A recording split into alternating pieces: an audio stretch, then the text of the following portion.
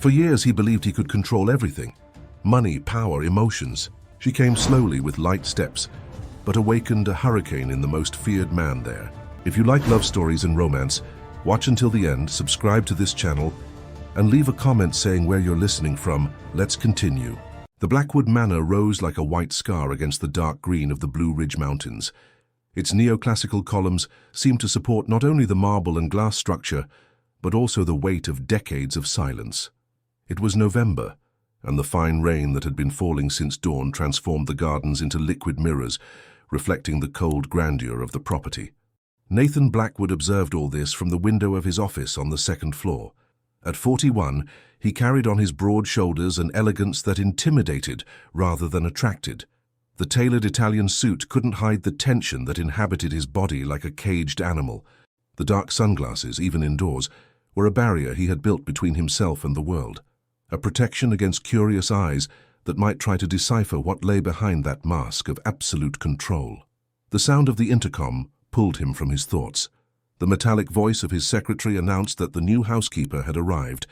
Nathan sighed, adjusted his shirt cuffs, and descended the marble staircase with measured steps. Each of his movements was calculated, precise, as if life were a musical score he had memorized from repetition. The main door opened and he saw her for the first time. Emma Stone stood on the threshold with a small worn leather suitcase in her hands and rain-soaked hair clinging to her face. She was 26, but something in her dark eyes suggested she had lived much more than she should have. She wasn't beautiful in the conventional sense, too thin, angular, with sunburned skin and closely cut nails. But there was something about her that made Nathan stop midway down the stairs, as if he had forgotten to breathe. Perhaps it was the way she looked at him without lowering her eyes, or how her lips remained in a straight line, without the servile smile he expected from someone who depended on the job. Emma looked at him as if he were just a man, not the powerful Nathan Blackwood, heir to a fortune built on power and fear. "Mr. Blackwood?" Her voice was low, husky, with a southern accent he hadn't expected. "I'm Emma Stone. I'm here for the housekeeper position." Nathan descended the last step slowly, feeling each footfall echo in the entrance hall. The marble amplified all sounds, creating an acoustic that made the mansion a constant echo of itself. "You're late," he said, removing his glasses and looking at her directly.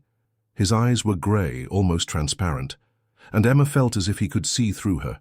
"The bus broke down on the road. I walked the last 3 miles. Nathan noticed her muddy boots, the wet hem of her jeans, the way she held the suitcase without trembling, despite the cold.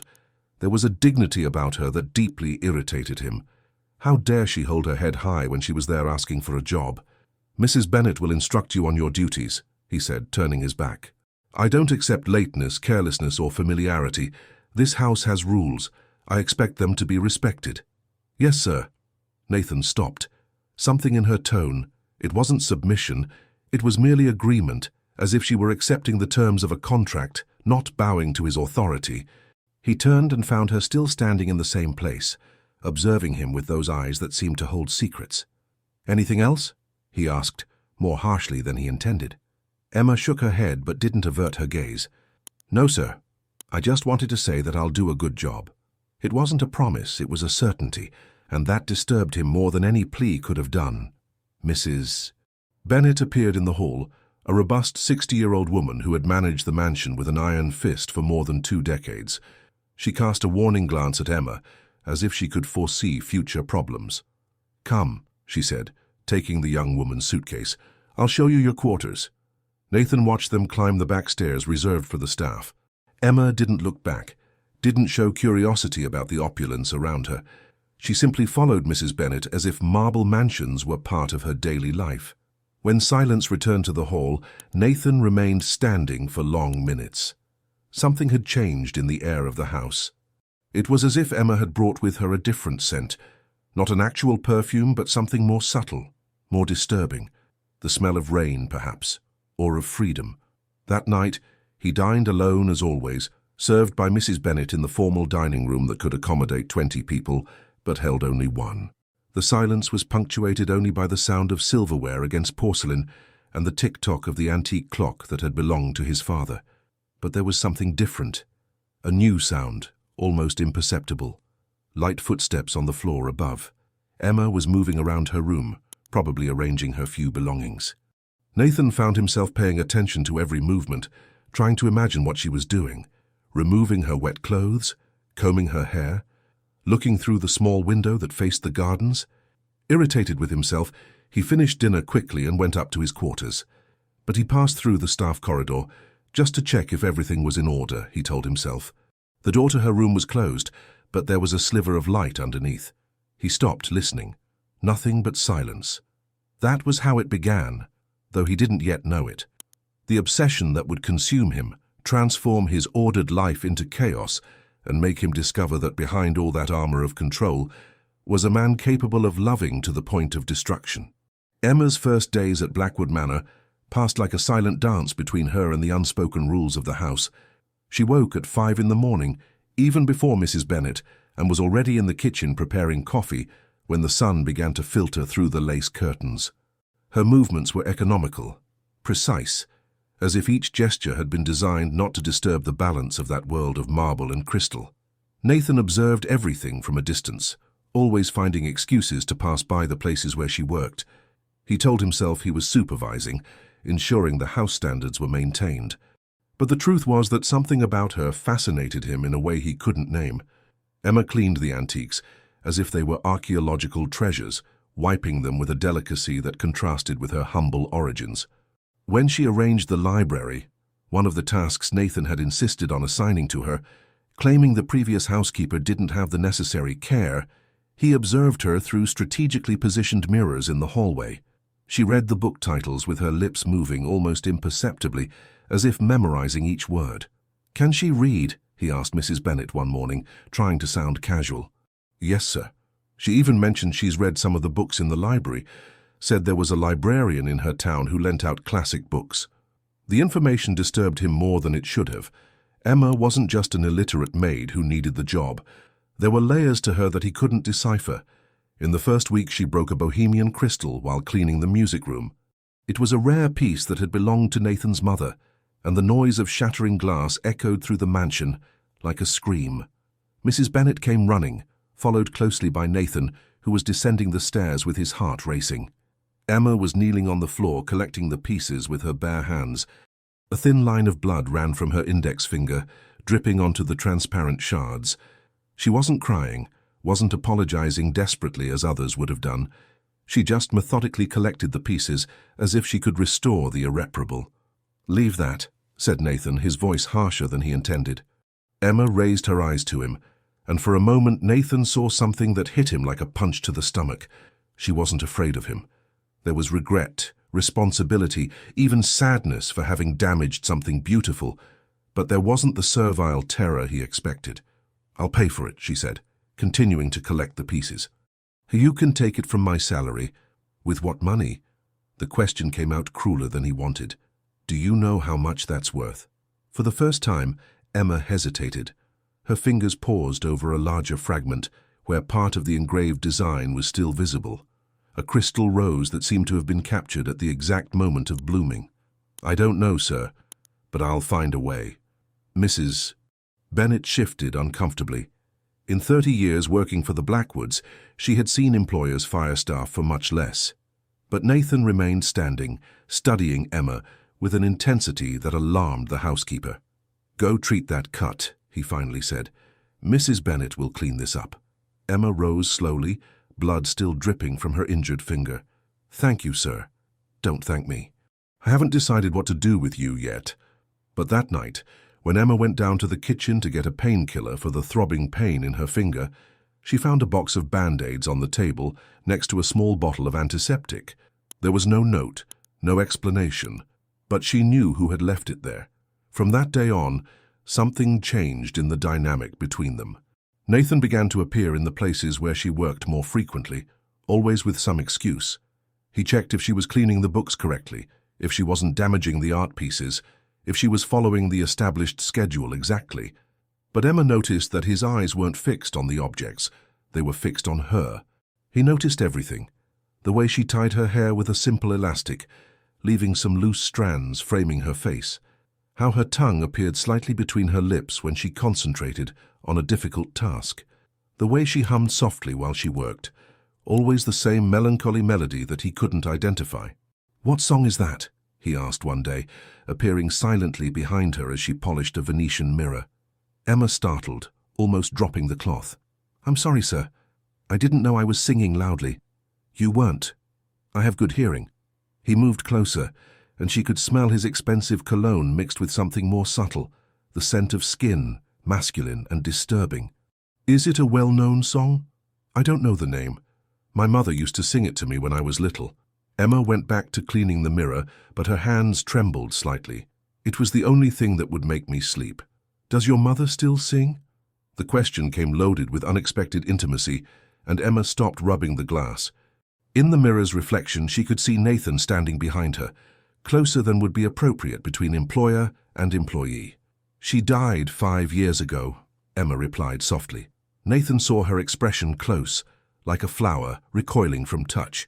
He wanted to ask more, but something in the way she returned to cleaning the mirror with abrupt movement stopped him. "Finish that and go prepare the guest room on the 2nd floor," he said, returning to a formal tone. "I'm having visitors this weekend." Emma nodded without looking at him, but as Nathan was leaving the room, she whispered, "Yes, sir." And there was something in the way she pronounced those words, an obedience that sounded almost like defiance, that made him stop at the door and look back. But Emma had already returned to work, humming again that mysterious melody that would now be forever etched in his memory. The visitors Nathan had mentioned were German investors interested in the classical music record label he had inherited from his father. Emma spent 2 days preparing the guest room, a luxurious suite overlooking the valley, where old vinyl recordings decorated the walls like trophies from a golden era of music. On the morning of the Germans' arrival, Emma was arranging the final details when she found something that made her pause. Behind a shelf of rare records, there was a forgotten VHS tape, unlabeled, covered in dust. On impulse, she cleaned it and saw something handwritten on the side. "Ball 1985. Catherine." Catherine. Emma knew this name. Mrs. Bennet had mentioned once, when she thought no one was listening, that Nathan's mother was named Catherine and had disappeared when he was still a teenager. The housekeeper had spoken in a tone of lament, like someone carrying a secret too heavy to bear alone. Emma looked around, checking if she was alone, and took the tape to the old VCR in the corner of the suite. The television was from an era when screens were still encased in solid wood cabinets, and it took a few minutes for the image to appear, flickering and faded. What she saw left her breathless. It was a gala ball, probably in the mansion itself, but in a time when it still enjoyed days of celebration and music. Couples danced the waltz in a hall that Emma recognized as the current dining room, only transformed, with chandeliers lit and flowers everywhere. The camera was shaky, obviously operated by an amateur, but it captured the elegance and luxury of an era that no longer existed. And then she saw her. Catherine Blackwood was a woman of breathtaking beauty, with dark hair arranged in an elaborate chignon and a navy blue dress that made her look like a princess from a fairy tale. She was dancing with a tall, dark-haired man who was definitely not the Blackwood patriarch Emma knew from the official photographs scattered throughout the house. This man was young, had an easy smile, and held her as one holds something too precious to let go. The music stopped, and Catherine laughed, a crystalline laugh that echoed across the decades. The man twirled her, and she threw her head back, completely surrendered to that moment of pure happiness. The camera captured everything, the sparkle in her eyes, the way her hands entwined with her partner's, the dress spinning like the petals of a giant flower. And then, abruptly, the tape stopped. Emma stared at the blue screen for long minutes, feeling as if she had witnessed something sacred and forbidden. That radiant woman was the mother of the somber, controlling man she knew.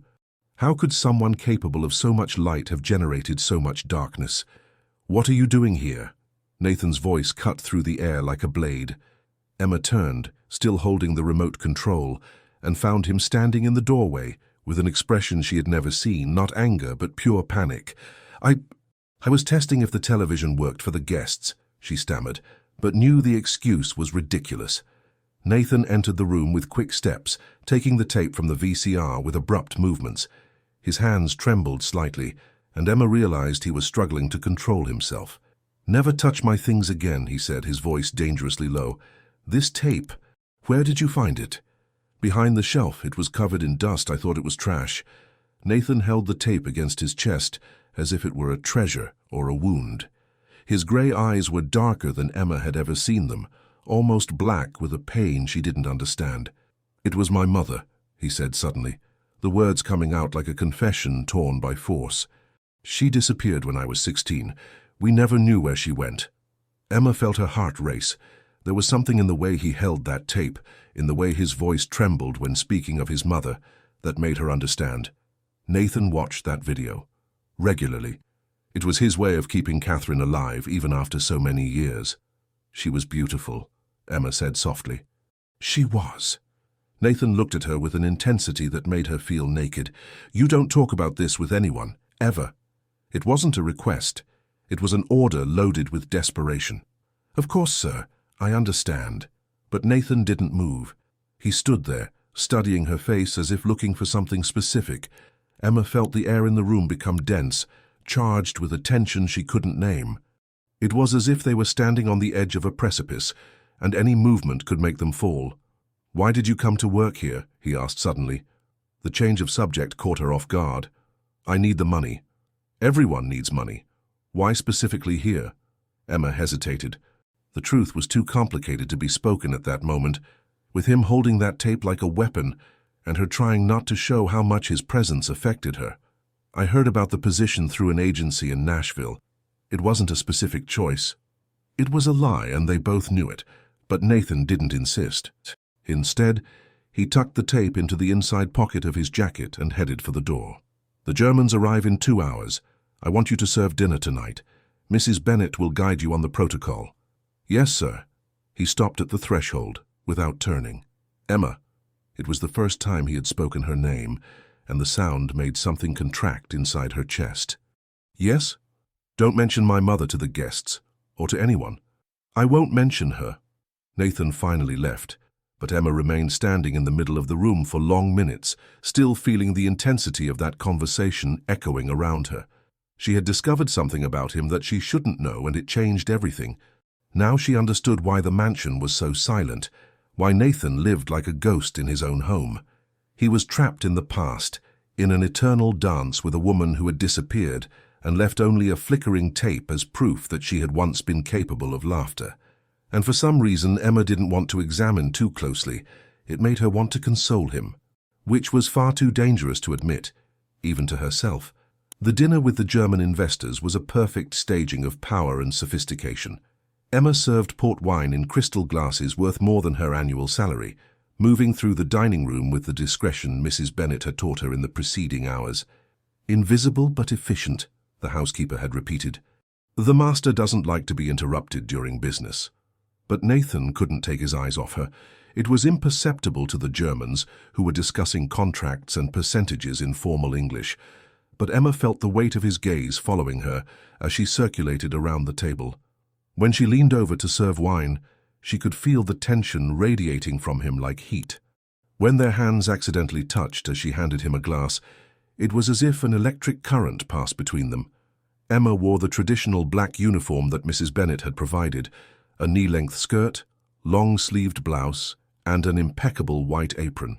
But there was something in the way the clothes sat on her thin body, in the way she had tied her hair leaving a few strands loose framing her face, that made Nathan lose the thread of conversation. Herr Blackwood, called one of the Germans. Herr Schmidt, a man with thick glasses and a greying beard. You were saying about the expansion into the Asian market? Nathan quickly regained his composure, turning his attention back to business. But when Emma left the room after serving dessert, he found himself following the sound of her footsteps down the hallway. Excellent dinner, commented the other German, Herr Weber, a younger man with calculating eyes. And I must say, your maid is very professional. Something in his tone made Nathan stiffen. Emma is new here, she's still adapting. Emma, repeated Weber, as if memorizing the name. She's a typical American beauty, isn't she? That wild, natural charm.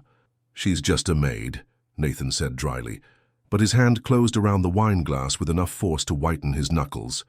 Schmidt laughed. Of course. But you must admit she's a pleasant sight during business. The conversation continued for another hour, but Nathan could barely concentrate. With each casual mention, the Germans made about Emma, and they seemed determined to bring her into the conversation. He felt an irrational anger growing in his chest. How dare they look at her that way? How dare they transform her into an object of male speculation in his own house? When the guests finally retired to their rooms, Nathan remained alone in the dining room, drinking a cognac he couldn't savor. The lights were low, creating dancing shadows on the dark wood-paneled walls. That was when Emma appeared to collect the last glasses. "I thought you were finished," he said without looking at her. "Just these left." Emma began to stack the dessert glasses in a careful movement. "Did the gentlemen enjoy dinner?" "They did." Nathan swirled the cognac in the glass, watching the amber liquid reflect the chandelier light. "They especially enjoyed you." Emma stopped collecting the glasses. There was something dangerous in his tone, a tension she didn't know how to interpret. "I just did my job, sir." "Your job." Nathan finally looked at her, and Emma felt the air leave her lungs. His grey eyes were dark, almost black, and there was something in them that made her take a step back. "Weber asked if you were available to work at private events in Germany." Emma swallowed hard. "And what did you answer?" Nathan rose slowly like a predator preparing to attack. His height, over 6 feet, combined with the breadth of his shoulders, made him dominate any environment, but at that moment, with the shadows playing on his angular face, he seemed almost intimidating. "I replied that you weren't available." "Thank you," Emma said softly, returning to collecting the glasses. But her hands trembled slightly. "You didn't ask why?" Emma stopped again, feeling her heart race. Nathan had moved closer, was now on the other side of the table, directly in front of her. The solid mahogany table was the only thing between them, but it seemed insufficient. "Why, sir?" "Because you're mine," he said, and the word came loaded with a possessiveness that made Emma feel as if the floor had disappeared beneath her feet. "While you work in this house, while you breathe under this roof, you are my responsibility, and I don't share my responsibilities." Emma held the glasses tighter, using them as a physical barrier between them. "I understand, sir." "Do you?" Nathan slowly circled the table, and Emma realized there was nowhere to run. The wall was at her back, the table blocked one side, and he was approaching from the other. "I'm not sure you do." "Then explain it to me." The words came out more challenging than Emma intended, and she saw something ignite in Nathan's eyes. He stopped a few inches from her, so close that she could feel the heat radiating from his body. The expensive cologne mixed with something more primitive and masculine. "You're not like the others," he said, his voice low and rough. "The others lower their eyes when I speak to them. They tremble when I approach. You look at me as if I were just a man, aren't you?" The question came out as a whisper, but it hit Nathan like a shot. For a moment he was speechless, studying her face as if trying to decipher an impossible enigma. "No," he said finally, "I'm not just a man. I'm your employer. I'm the one who decides if you stay or go. I'm the one who pays your salary, who offers a roof over your head. And you would do well to remember that." But even as he spoke, Nathan knew he was lying. At that moment, standing so close to Emma that he could count each dark eyelash, smell the subtle scent of cheap soap on her skin, he felt more vulnerable than he had ever felt. She was right. At that moment he was just a man. A man who wanted to touch her face, to discover if her skin was as soft as it looked, if her lips tasted of the insolence she displayed. "I'll remember," Emma said, but her eyes said something else. They said she could see through all that facade of power, straight to the haunted man who hid behind it, and that was more dangerous than any direct challenge could be. In the days following the Germans' departure, Blackwood Manor plunged into a palpable tension. Nathan had become a ghost, haunting his own corridors, appearing and disappearing without warning, always observing, always present when Emma least expected. She caught glimpses of him reflected in antique mirrors when she polished furniture, felt his gaze burning her back when she arranged the library shelves. He had changed his routine. Before, he had breakfast at 7 o'clock sharp in the formal dining room. Now he came down at 6:30 and sat reading the newspaper in the kitchen, exactly when Emma prepared the meals. He said he wanted to monitor the household administration more closely, but his eyes never rested on the accounts or menus that Mrs. Bennet presented. They fixed on Emma. On the way, she cut fruit for his morning juice, each movement precise and delicate. On the way, She slightly bit her lower lip when concentrating on a difficult task. On the way, her hands, small but strong hands, handled objects with a care that bordered on reverence. "The girl is nervous," Mrs. Bennet commented one afternoon, when Nathan passed through the kitchen for the 4th time in 2 hours. "She can't work properly with you always around." Nathan stopped at the door, pretending to organize the correspondence he carried in his hand. "I'm just supervising." "It's my house." Supervising. The old housekeeper had courage that decades of service had given her. "If that's what you call looking at her like a hungry wolf, then you're supervising indeed." "Mrs. Bennet." "Don't Mrs. Bennet me, boy. I saw you grow up, saw you cry when your mother left, saw you shut yourself in this house like a living dead. And now I see how you look at this girl." She lowered her voice but didn't lose her firmness. "If you don't have serious intentions, leave the girl alone. She's a good girl, hard-working. She doesn't deserve to be a toy for a powerful man." Nathan felt anger rise in his throat like bile. "Mind your own business. Emma is my responsibility while she's in this house. And that is my business." He left the kitchen without answering, but Mrs. Bennet's words echoed in his mind for the rest of the day. A toy for a powerful man. Was that what he was doing? Playing with Emma like a cat plays with a mouse before killing it? That night, unable to sleep, Nathan went down to his private office, a room that not even Mrs. Bennet was allowed to clean. The walls were covered in dark wood, and a single mahogany desk dominated the center of the room. But what really mattered was the locked cabinet behind the desk, where he kept his most intimate treasures. He opened it with a key he always carried around his neck, hidden under his shirt. Inside, besides important documents and some family jewels, was his mother's videotape. And beside it now other objects he had begun to collect without realizing it. A hair tie that Emma had lost in the library. He had found it among the 19th century poetry books and kept it as if it were a rare diamond. A sheet of paper where she had noted the kitchen shopping list. Her round and careful handwriting fascinated him. A small piece of fabric that had come loose from her uniform when it caught on a chair. Insignificant objects that, together, told the story of an obsession that was growing beyond his control. Nathan took the hair tie and held it up to the light.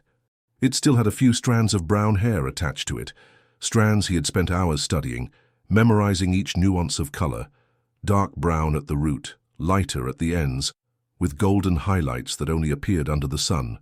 That's when he heard it. Music. Someone was playing the piano in the main hall. Nathan quickly put away the objects and went up the stairs, following the sound that echoed through the corridors like the ghost of happier times. The Steinway grand piano hadn't been played in years. He himself had stopped playing after his mother disappeared, unable to produce music in a world that had lost all harmony. The hall door was ajar, and he could see through the crack. Emma was sitting on the piano bench, still wearing her work uniform, but with her shoes on the floor beside her. Her bare feet barely reached the pedals, but her fingers moved across the keys with a familiarity that took Nathan's breath away. She played from memory without sheet music, a melancholy melody that he immediately recognized. It was the tune she hummed while working, the song her mother used to sing to her. But on the piano, the melody gained layers of complexity that Nathan hadn't noticed before. Emma wasn't just a country girl who knew a few notes. She played like someone who had studied music seriously, who understood harmony, who felt each chord as an extension of her own soul. Tears fell down her face as she played, silent tears that reflected the chandelier light like small diamonds. And Nathan understood that he was witnessing something sacred, the moment when Emma allowed herself to feel everything she repressed during the day, all the longing, all the loneliness, all the pain she carried hidden beneath that facade of strength. The music stopped abruptly when Emma realized she wasn't alone. She turned on the bench and found Nathan standing at the door with an expression she had never seen, vulnerable, almost broken. "I'm sorry," she said, rising quickly and searching for her shoes with her feet. "I shouldn't have. I thought everyone was asleep. Don't stop." His voice came out hoarse, rough with contained emotion. Emma stopped looking for her shoes and looked at him, confused. "How did you learn to play like that?" Emma hesitated, wiping away tears with the back of her hand. "My mother taught me when I was little. After she died, I continued practicing alone, in a church in town. The pastor let me." That song, she called it the farewell lullaby. She said her mother had taught it to her. Emma lowered her eyes. I'm sorry for using your piano without permission." Nathan entered the hall slowly, as if walking on sacred ground. "How long since I've heard music in this room? Do you play?" "I used to." He stopped beside the piano, running his fingers over the keys Emma had warmed with her touch. "My mother taught me. After she left, I stopped." Emma felt her heart contract. There was so much pain in his voice, so much loneliness, that for a moment she forgot he was her employer, the man who watched her with a disturbing intensity. She saw only a boy who had lost his mother and never learned to deal with her absence. "Would you like me to play something else?" she offered softly. Nathan looked at her as if she had offered to bring his mother back to life. "You would do that?" Emma nodded and returned to the bench. "What would you like to hear?" "Anything," he whispered. "Just anything." And as Emma began to play a soft version of Claire de Lune, Nathan realized he was lost. Completely, irremediably lost to this woman who played piano barefoot in his hall, who cried to music his own mother had sung, who looked at him as if she could heal all the wounds he had carried for decades. This was much more dangerous than obsession. This was beginning to look like love. The discovery that Emma played piano changed everything in the dynamics of Blackwood Manor. Nathan began to invent excuses to stay up late, waiting for her to come down to the hall again, and Emma, as if she felt the weight of that silent expectation, began to play every night after the house fell asleep.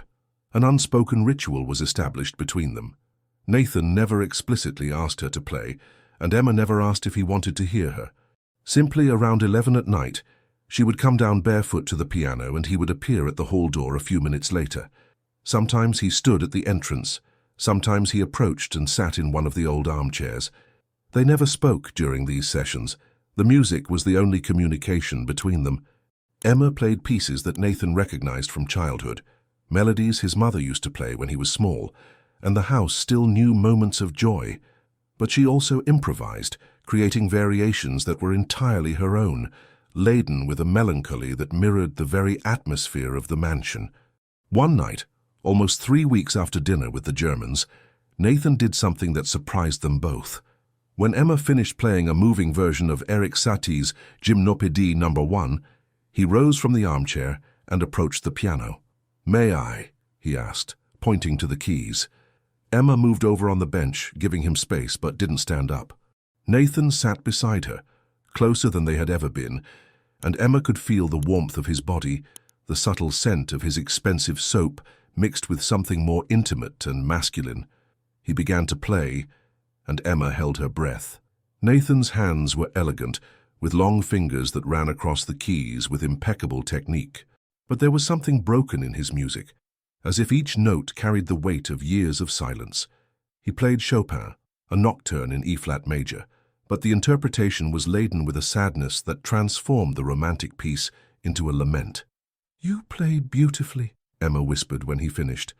"I used to," he corrected, taking his hands from the keys as if they burned. "It's been years since I—" "Why did you stop?" Nathan was silent for a long moment, looking at his own hands as if they were strange objects. "After my mother disappeared, music seemed obscene, as if it were a betrayal to continue doing something beautiful in a world that had lost all beauty." Emma felt tears sting her eyes. There was so much pain in his voice, so much loneliness, that she had to fight against the impulse to touch his face, to console him as she would a wounded child. "She would want you to keep playing," she said softly. "How can you know?" The question came out harsher than he intended. "You didn't even know her." Because any mother who teaches music to her child wants them to keep making music. It's as if part of her stayed alive through the notes. Nathan looked at her then, really looked at her, as if seeing her for the first time. Emma's hair had escaped from the improvised bun and framed her face like a dark halo. Her eyes shone with unshed tears, and there was in her parted lips a vulnerability he had never noticed during the day, when she wore her mask of professional efficiency. "You're very wise for someone so young," he said, his voice lower than he intended. "I'm not wise, I just understand pain." "What pain do you know, Emma?" The question came loaded with a dangerous intimacy. They were still sitting side by side on the piano bench, close enough that Emma could see the small lines around his eyes, the exact shape of his mouth, the way his shirt opened slightly at the collar, revealing a small piece of neck skin. "I lost my mother too," she said finally. "And my brother. My brother disappeared 2 years ago. The police said he ran off with a girlfriend, but I know something bad happened. He would never leave without telling me." Nathan felt something contract in his chest. "What was his name?" "Michael. Michael Stone." Emma lowered her eyes. "He worked at a factory in Nashville. One day he just didn't come home." The name echoed in Nathan's mind like an alarm bell, but he couldn't locate why. There was something familiar, something that stirred a buried memory. "Did you look for him?" "I looked. I talked to his co-workers, went to the police, even hired a private investigator with what little money I had." The tears finally began to fall, and Emma quickly wiped them away. "That's why I came to work here. I need to save money to keep looking." Nathan felt as if he had been punched in the stomach. All this time, Emma wasn't there by chance. She had a goal, a mission, and somehow this left him both relieved and devastated. Relieved because it meant there was something real behind her presence, not just the need for any job. Devastated because it meant she could leave at any moment, as soon as she saved enough money. "Was he younger than you?" 3 years. He was always my responsibility since our mother died. I was the one who took care of him, who helped him with his studies, who—" Her voice broke. "I failed him." "No," Nathan said with a firmness that surprised them both. "You didn't fail. Sometimes people disappear and it's not the fault of those who stay." Emma looked at him through her tears and for the first time saw beyond the cold mask he wore during the day. She saw a man who understood exactly what she felt, who carried the same guilt, the same feeling of abandonment. "How do you live with it?" she asked, with the uncertainty. "Barely," he admitted. "That's why this house is a mausoleum. That's why I live like a dead man, because it's easier to die a little each day than to face the possibility that she chose to leave." The confession hung between them like a bridge. Emma felt the irresistible impulse to touch him, to offer the comfort that neither of them had received in years. Slowly, almost without realizing it, she extended her hand and touched his fingers on the piano keys. The contact was like an electric shock. Nathan looked at their entwined hands, his large and elegant, hers small and calloused from work, and felt something within him unravel. For a moment he forgot she was his employee, that he was her employer, that there was a social abyss between them.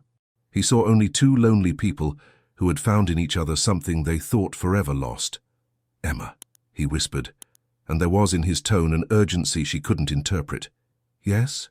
Instead of answering, Nathan turned his palm upward and entwined his fingers with hers. The gesture was simple, almost chaste, but loaded with an intimacy that made Emma's heart race. "Thank you," he said, "for making me remember music." Emma nodded, unable to speak. His hand was warm, slightly rough at the fingertips, hands of someone who had once worked hard at the piano, and she realized, with a mixture of terror and excitement, that she never wanted to let it go. But that was when they heard footsteps in the hallway. They released each other immediately, as if caught doing something forbidden. Mrs. Bennet appeared at the hall door, already dressed in her nightgown but still alert. "I thought I heard music," she said, studying the scene with suspicious eyes. "Emma was playing for me," Nathan answered, rising from the bench with his composure recovered. "Now we're all going to bed." "Yes, sir," Emma murmured, quickly putting on her shoes. But as they left the hall, Mrs. Bennet grabbed her arm with enough force to leave a mark. "Be careful, girl," she whispered so softly that only Emma could hear. "Oil and water can mix for a while, but they always end up separating. And when that happens, the one who gets hurt is always the one at the bottom." Mrs. Bennet's words echoed in Emma's mind for the days that followed, but they couldn't drown out what had happened in the hall. The touch of Nathan's hands remained imprinted on her skin like an invisible mark, and she caught herself looking at her own fingers, remembering the sensation of warmth and strength she had felt. Nathan, in turn, had become even more intense. He didn't speak about that night, but his presence in the house had become almost suffocating. He appeared in all the rooms where Emma worked, always with some official excuse, checking if the books were being organized correctly, making sure the crystal cleaning met his standards, supervising the maintenance of art objects. But Emma noticed that his eyes didn't fix on the objects. They fixed on her with an intensity that made her feel as if she were being studied, memorized, possessed by his gaze alone. The tension reached breaking point one December afternoon when Emma was cleaning the library. Summer had arrived with force in the Blue Ridge Mountains, and even with the windows open, the air inside the mansion was heavy and hot. Emma had removed her apron and rolled up her sleeves, trying to find relief from the heat that seemed to emanate not just from the weather, but from the very atmosphere of the house. She was at the top of a ladder, cleaning the highest shelves, when she felt she wasn't alone. Nathan had entered the library silently, as he always did, and was now standing at the foot of the ladder, looking up with an expression she had never seen before. "Sir?" she called, trying to descend. "Stay where you are," he said, his voice hoarse. "I'm admiring the view." Emma felt the blood rise to her face. There was something in his tone, in the way his eyes traveled up her legs exposed by her position on the ladder, that made her understand he wasn't talking about the view of the mountains through the windows. "I need to come down," she insisted, but when she tried to move, Nathan held the ladder with both hands, keeping it immobile. "Do you need to?" He climbed up a rung, dangerously approaching. "Or do you want to come down?" "Both." Nathan climbed another rung, and now he was close enough to touch her legs. Emma could feel the heat emanating from him, could see the way his shirt clung to his chest due to sweat, could notice that his breathing was altered. "You've been playing with me, Emma," he said, climbing another rung. "For weeks you've been playing with me." "I haven't." "Playing piano in the middle of the night, wearing that uniform that clings to your body, looking at me as if you could see my soul." He climbed another rung, and now he was at the level of her waist. "You think I don't notice what you're doing?" Emma held the sides of the ladder tightly, trying to maintain balance. "I'm not doing anything. I'm just working." "Working?" Nathan laughed, but there was no humor in the sound. "If this is work, then I'm a saint." He climbed the last rung that separated them, and now their faces were at the same level. Emma could see every detail of his grey eyes, could feel his hot breath against her skin, could notice that he was trembling slightly, not from fear, but from something much more dangerous. "Get down from this ladder," she whispered, but there was no strength in her voice. "No." Nathan raised one of his hands and gently touched her face, his fingers tracing the line of her jaw until they reached her lips. "I won't come down. I won't stop. I can't stop anymore." And then he kissed her. It wasn't a gentle or romantic kiss. It was a desperate, hungry kiss, loaded with weeks of repressed tension. Nathan kissed like a man who was dying of thirst and had finally found water. His hands went up to her hair, undoing the bun and letting it fall like a dark curtain around them both. Emma tried to resist for a moment. She knew this was madness, that she was crossing a line from which there would be no return. But when she felt his tongue touching hers, when his strong hands pulled her against his body, all reason disappeared. She kissed him back with a passion she didn't know she possessed, her fingers burying themselves in his hair, their bodies pressing against each other on the narrow ladder that dangerously swayed with the movement. It was the sound of something falling that brought them back to reality. The book Emma had been holding had slipped from her hands and hit the floor with a dull echo that reverberated through the silent library. They separated, breathless, looking at each other as if they had just awakened from a dream or a nightmare. "Damn," Nathan muttered, running his hands through his disheveled hair. Emma descended the ladder quickly, almost tripping in her haste. Her legs were shaking and she had to lean against a bookshelf to keep from falling. "This can't happen again," she said, trying to fix her hair with trembling hands. "It can't."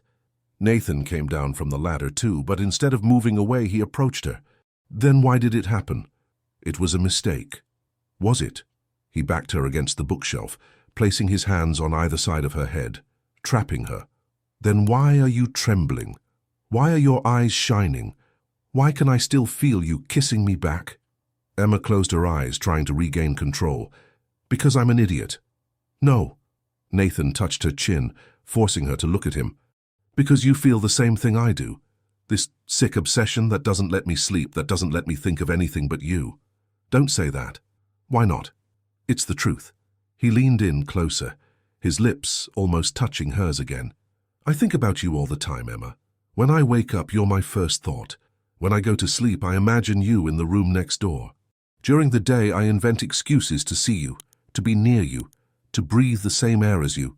"Stop," Emma whispered, but her voice sounded more like a plea than an order. "I can't stop. I can't stop anymore." Nathan pressed his forehead against hers. You made me remember that I wasn't dead, that I can still feel, and now I can't go back." Emma opened her eyes and saw in them a vulnerability that hit her like lightning. There was the boy who had lost his mother, the man who had spent decades punishing himself for something that wasn't his fault, the wounded soul who recognized in hers a similar pain. "Nathan," she whispered, and it was the first time she had spoken his name. The sound was like a match lit in a room full of gasoline. Nathan groaned softly and kissed her again, but this time with more urgency, more desperation. His hands moved down the side of her body, feeling each curve through the thin fabric of her blouse, and Emma arched her body against his, lost in a sensation she had never experienced before. That was when they heard the library door opening. "Mr. Blackwood?" Mrs. Bennet's voice echoed through the room like a bucket of cold water. They separated instantly, Emma moving to the opposite side of the bookshelf, while Nathan composed himself, smoothing his shirt and trying to recover his breathing. "I'm here, Mrs. Bennet," he answered, his voice surprisingly controlled. The housekeeper appeared between the bookshelves, her small, perceptive eyes immediately going from Nathan to Emma, registering her disheveled hair, his flushed face, the sexual tension that still hung in the air like perfume. "You have an important call," she said, but her tone made it clear she knew exactly what she had interrupted. "I'll take it now." Nathan cast one last look at Emma, a look that promised this was far from over, and left the library. Mrs. Bennet remained standing, studying Emma with an expression that mixed disappointment and concern. "I warned you, girl." Emma lowered her head, unable to sustain the older woman's gaze. "Nothing happened. Nothing happened, Mrs. Bennet repeated the words as if they were too obvious a lie to merit a response. "Then why do you look like a woman who was just well kissed? And why did he leave here looking like a man ready to devour someone?" Emma didn't answer. She had no response that wouldn't incriminate her further. "You don't know who you're playing with," Mrs. Bennet continued, her voice low but full of urgency. "Nathan Blackwood isn't like other men. When he wants something, he doesn't stop until he gets it. And when he gets it, when he tires of it, he discards it as if it never existed." "He's not like that," Emma murmured. But even she noticed how unconvincing it sounded. "He's not." The housekeeper laughed bitterly. "Then why do you think all the young maids who worked here before you ran away after a few months, why do you think I insisted on hiring only older married women?" Emma felt her stomach turn. Did he do something to them?" "Not in the way you're thinking. Nathan may be many things, but he's not a rapist." Mrs. Bennet sighed heavily. "But he seduces Emma. Consciously or not, he seduces until the poor girl falls hopelessly in love. And then, when she can no longer hide what she feels, when she no longer serves as a distraction, he fires her. Always for an official reason, always with a generous severance. But deep down we all know why." The words hit Emma like bullets. Everything she had felt in the last few minutes, the passion, the connection, the feeling that Nathan really saw her, transformed into a poisonous doubt that spread through her chest, like a stain. "I'm not like the others," she said, but her voice came out weak, uncertain. "No?" Mrs. Bennet touched her arm with unexpected gentleness. "Then tell me, child, what do you feel for him?" Emma opened her mouth to deny, to invent some excuse, but the words didn't come out, because the truth was too obvious, too terrible to be spoken. She was falling in love with Nathan Blackwood, and that could completely destroy her. In the days following the encounter in the library, Emma tried to maintain distance from Nathan. She changed her schedules, avoided places where he usually appeared, stopped playing piano at night. But in a mansion where every sound echoed through marble corridors, where every movement was amplified by silence, it was impossible to hide completely. Nathan felt her absence like a physical wound. The house had returned to its previous state of silent mausoleum, but now he knew the taste of her lips, the texture of her hair between his fingers, the sound of his own name pronounced in that husky voice. What before was familiar melancholy became unbearable agony. He began to leave gifts for her, small things he accidentally found among his possessions. An old music sheet that had belonged to his mother, a book of poetry Emma had mentioned once, an expensive bottle of hand cream for her work-roughened hands. There were never notes, never explanations, just objects that appeared silently like offerings from a secret admirer. Emma kept everything in a box under her bed, knowing she should return them, knowing that accepting these gifts meant accepting something much more dangerous. But she couldn't part with them. Each object carried his scent, the memory of his hands, the implicit promise that he thought of her constantly. The breaking of silence came on a stormy night. Emma was in her room, trying to read one of the books Nathan had given her, when she heard knocking at the door. It wasn't Mrs. Bennet's discreet knock, nor the metallic sound of the intercom. It was someone knocking with urgency, with desperation. When she opened the door, she found Nathan soaked with rain, his hair stuck to his forehead and his eyes wild. He had gone out in the middle of the storm and climbed to the staff floor, something he had never done in all his years of living in the mansion. "You can't avoid me forever," he said, pushing the door open and entering the small room. Emma backed away, pressing her back against the wall. Her room was tiny compared to his quarters. A twin bed, a simple dresser, a small window that now vibrated with the force of the wind. Nathan's presence there made the space seem even smaller, suffocating. "You can't be here," she whispered, but her voice trembled. "Can't I?" He closed the door behind him and turned the key. "It's my house. I can go wherever I want. That's not it, and you know it." Emma crossed her arms over her chest, trying to hide the fact that she was wearing only a thin nightgown. "If Mrs. Bennet finds out..." "Mrs. Bennet is asleep. Everyone is asleep." Nathan approached slowly, his eyes never leaving her face. "Except for us." A lightning bolt illuminated the sky outside, immediately followed by thunder that made the windows tremble. The sudden white light revealed every detail of Nathan's face, the raindrops running down his jaw, the hungry intensity of his eyes, the way his hands closed and opened as if he were fighting against the impulse to touch her. "Why are you avoiding me?" he asked, stopping a few inches away from her. "Because what happened was a mistake." "Was it?" Nathan raised his hand and gently touched her face, exactly as he had done in the library. "Then why did you keep the gifts I left? Why do you still use the cream I bought for your hands? Why do I read the poetry book every night, imagining your hands turning the pages?" Emma closed her eyes, trying to ignore the heat spreading through her body from just that simple touch. "How do you know I kept them?" "Because I enter your room every night, after you fall asleep." The words hit Emma like a bucket of cold water. She opened her eyes and found him watching her reaction with an intensity that frightened her. "You... what?" "I come in here after you fall asleep. I watch you sleep. I touch your hair, your clothes. I read what you write in the journal you hide under your pillow." Nathan showed no remorse, only a brutal honesty that was almost a challenge. "I know you write about me. I know you feel the same way I do." Emma felt nausea rise in her throat. "You're sick." "Yes." The answer came immediately, without hesitation. "I'm completely sick.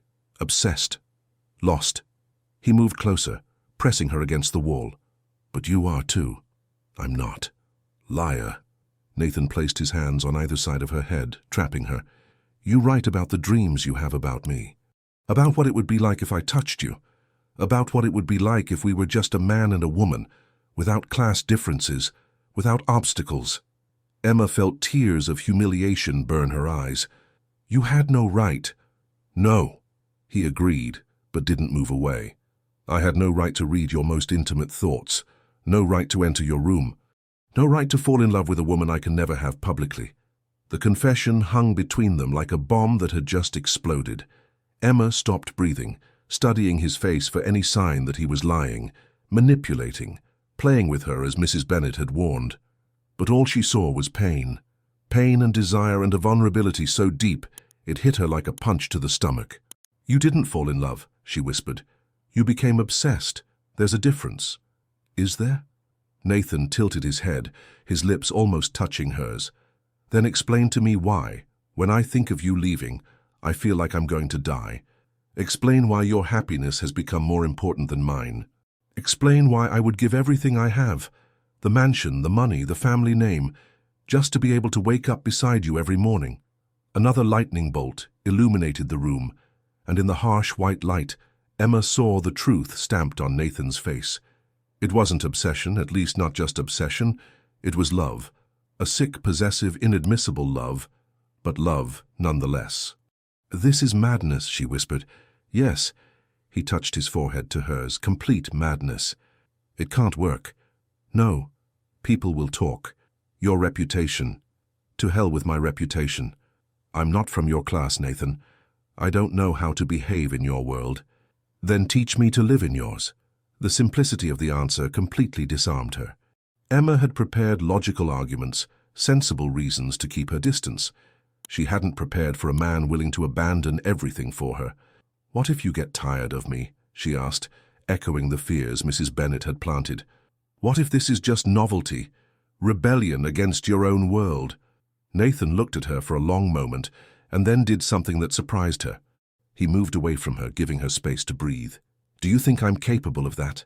I don't know what you're capable of. Then find out." Nathan walked to the small window, looking at the storm outside. "I won't pursue you anymore, Emma.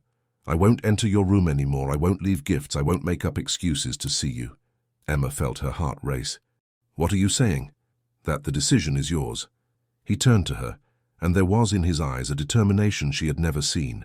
"If you want to find out if this is real, if you want to try to build something together, despite all the impossibilities, you know where to find me. If you want to keep pretending nothing happened between us, I'll respect that." "And if I choose to leave?" Nathan closed his eyes for a moment, as if the question caused physical pain. "Then I'll let you go, with an excellent letter of recommendation and enough money to continue looking for your brother. You would do that?" "I would." He went to the door but stopped with his hand on the doorknob. "Because I love you enough to let you be happy, even if it's far away from me." He left without looking back, leaving Emma alone in the small room with the sound of the rain and the echo of 3 words that changed everything. "Because I love you." For the first time since she had arrived at Blackwood Manor, Emma understood that she had a real choice. And for the first time in her life, she had no idea what the right answer was. Emma spent 3 days in agony, weighing every word Nathan had said, every look they had exchanged since her arrival at the mansion. He had kept his promise. He no longer appeared in the places where she worked, didn't invent excuses to seek her out, didn't leave gifts among her belongings. The mansion returned to its previous silence, but now Emma felt his absence like a wound that pulsed with each heartbeat. Mrs. Bennet observed everything with worried eyes, but made no further comments. She seemed to understand that any interference at this moment could break the fragile balance Emma was trying to maintain. It was on the 4th morning that Emma made her decision. She went down to Nathan's office after breakfast, knowing he would be there dealing with business correspondence. She knocked on the door with trembling knuckles, and when he said, "Come in," she felt as if she were about to jump off a cliff. Nathan was sitting behind the solid mahogany desk, with piles of papers spread before him. When he saw her, his eyes lit up for a fraction of a second, before returning to the careful neutrality he had maintained in recent days. "Emma, do you need something? I need to talk to you." He gestured to the chair in front of the desk, but Emma shook her head. "Not here, too formal." She took a deep breath. "I want you to come with me. There's something you need to see." Nathan hesitated. In the last few days, he had fought against every impulse to seek her out, to break the promise he had made. He had kept his distance by sheer willpower, but her presence there, with that determined expression he had learned to recognize, made all his defenses crumble. Where? In town. In Asheville. The suggestion surprised him. Emma had never asked to leave the mansion, never suggested they do something together outside those marble walls that were simultaneously protection and prison. Why? Because there are things about me you don't know. And if we're going to try this, you need to know everything. They made the trip to Asheville in tense silence. Nathan drove his black sedan along the mountain curves, casting furtive glances at Emma, who sat tense in the passenger seat, looking out the window as if memorizing each tree, each stone along the way.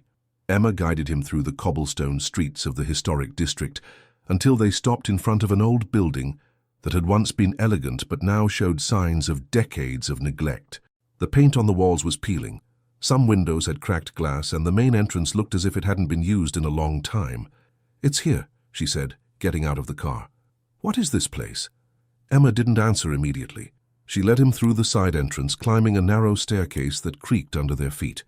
On the 2nd floor, she stopped in front of a door with peeling paint and took a key from her pocket.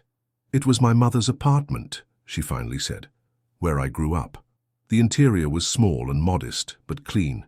Simple furniture, faded curtains, a few framed photographs on a small center table. Emma had clearly taken care of the place, even after her mother's death. There was no dust, the few plants were watered. Everything was organized with the same care she showed at the mansion.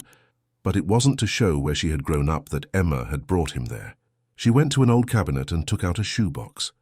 Inside, Nathan saw yellowed letters, old photographs, and some official documents. "My mother's name was Mary Stone," Emma said, taking a photograph from the box. "But before she married my father, her name was Mary Williams, and she worked in your mansion for 2 years in the 1980s. Nathan felt as if the floor had disappeared beneath his feet. He took the photograph with trembling hands and saw a young woman with dark hair and a shy smile, wearing a maid's uniform. Behind her, he perfectly recognized the gardens of Blackwood Manor. "It can't be," he whispered. "Yes, it can." Emma took more documents from the box. Letters, payment receipts, a letter of recommendation signed by Jonathan Blackwood, Nathan's father. She left the mansion in 1985 pregnant.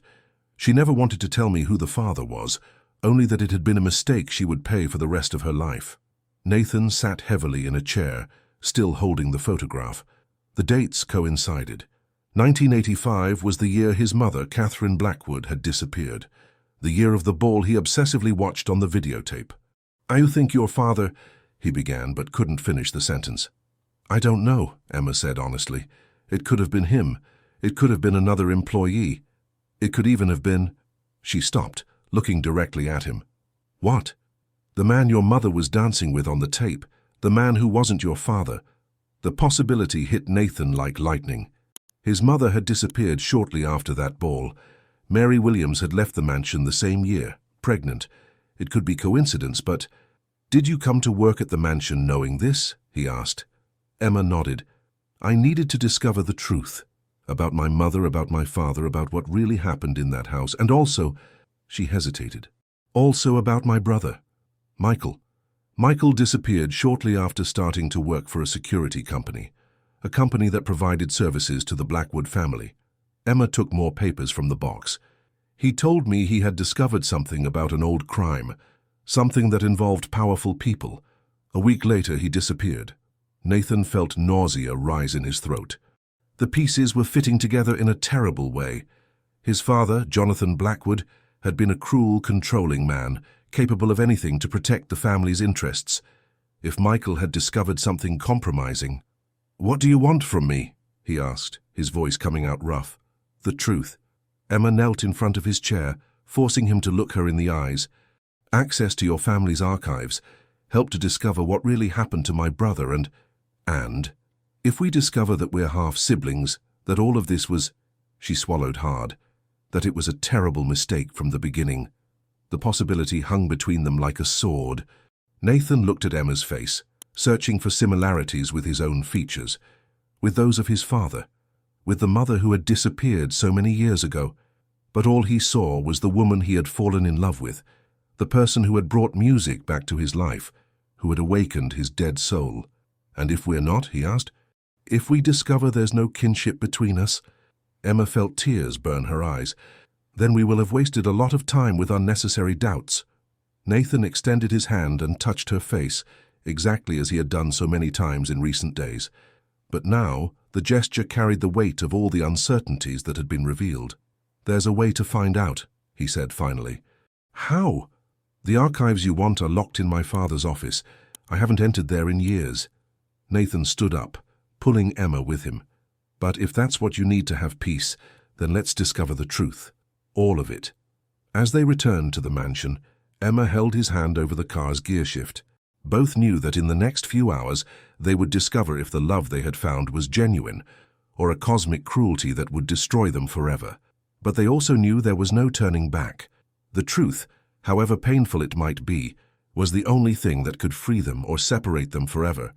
Jonathan Blackwood's office remained exactly as he had left it before dying, a time capsule preserved by Nathan's refusal to deal with his father's memories.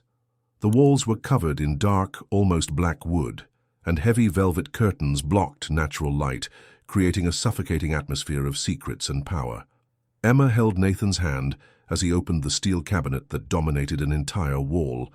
His hands trembled slightly as he turned the combination he had memorized in adolescence, but never had the courage to use. "If I turn out to be your half-brother," he said without looking at her, "do you promise not to hate me for discovering it too late?" "I promise." "And do you promise not to hate me for lying about the reasons I came to work here?" "I promise." The cabinet opened with a metallic click that echoed through the silent office. Inside were dozens of meticulously organized folders by dates and subjects. Nathan went directly to the section marked Personal 1980-1990. They quickly found Mary Williams's folder. It was thick, full of documents that revealed a much more complex story than either of them had imagined. Mary Williams had indeed worked at Blackwood Manor between 1983 and 1985, but she wasn't just a common maid. She was Jonathan Blackwood's personal secretary, with access to confidential information about the family's business. And, according to the patriarch's notes, she had become something more. "My God," Emma whispered, reading a handwritten letter from Jonathan to Mary. They were lovers. The letter was explicit about the relationship between the patriarch and the young secretary. Jonathan wrote about secret meetings, about how Mary had become indispensable not only professionally but personally. But he also spoke about his wife, about the impossibility of leaving his official family, about how Mary needed to accept her position as a discreet mistress. "There's more," Nathan said, finding a separate folder marked MW Special Situation. Inside, they discovered the complete truth. Mary had become pregnant by Jonathan in 1984, but had hidden the pregnancy until she could no longer disguise it. When she finally told the truth, Jonathan offered two options: a discreet abortion with financial compensation or immediate dismissal with a small sum of money. Mary had chosen the second option, but the story didn't end there. Jonathan had had Mary investigated after she left the mansion, discovering where she lived, monitoring the birth of the daughter, recording every movement of the woman who knew his most intimate secrets. "He knew," Emma said, her voice broken. "And my father knew about my existence all along." Nathan then found the document that would change everything, an unofficial birth certificate with forged stamps, but signed by Jonathan Blackwood. In it, he recognized Emma Stone as his natural daughter, but with a specific clause. She could never claim rights to the family inheritance while there were legitimate heirs. "You're my sister," Nathan whispered, and the words came out as a lament. But Emma was studying other dates in the documents. Something didn't fit. "Nathan, look at this." She showed a folder marked Catherine B. Disappearance Investigation. "Your mother disappeared in March 1985. I was born in December 1984. Nathan quickly did the math. If Emma was born in December 1984, she had been conceived in March 1984. But his mother had only disappeared a year later. "I don't understand," he muttered. Emma continued rummaging through the papers with growing urgency. That's when she found a letter that made her blood freeze. It was a letter from Catherine Blackwood, Nathan's mother, to Mary Williams, Emma's mother, dated February 1985. "Dear Mary," the letter said, "I know about the child, I know it's my husband's, and I know you never approached me to cause problems. For this, I want to help you. There are things about Jonathan you don't know, terrible things he did to protect the family business. If you stay in Asheville, he will do to you what he did to others who knew too much. Leave, change your name, protect your daughter. I will do the same." The letter ended with a promise. "If one day our children meet, they will know they are siblings, not by blood, but by destiny. Take care, Mary." "Siblings by destiny," Emma repeated, feeling tears stream down her face. Nathan pulled more folders, desperately searching for information about Michael. He found it in a section marked Security Pending Issues. Michael Stone had been hired by the security company that provided services to the Blackwood family in 2022. He had access to old files and had begun asking questions about disappearances in the 1980s, specifically about the case of Catherine Blackwood. The last entry in the file was an order from Jonathan, shortly before his own death. "Neutralize the threat, discreet methods."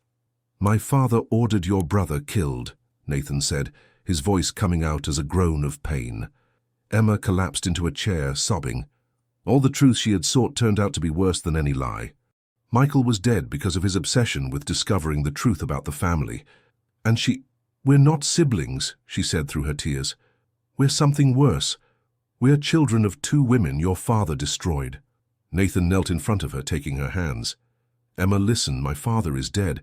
His crimes died with him. But Michael doesn't come back." "No, Michael doesn't come back." Nathan felt tears burn his own eyes.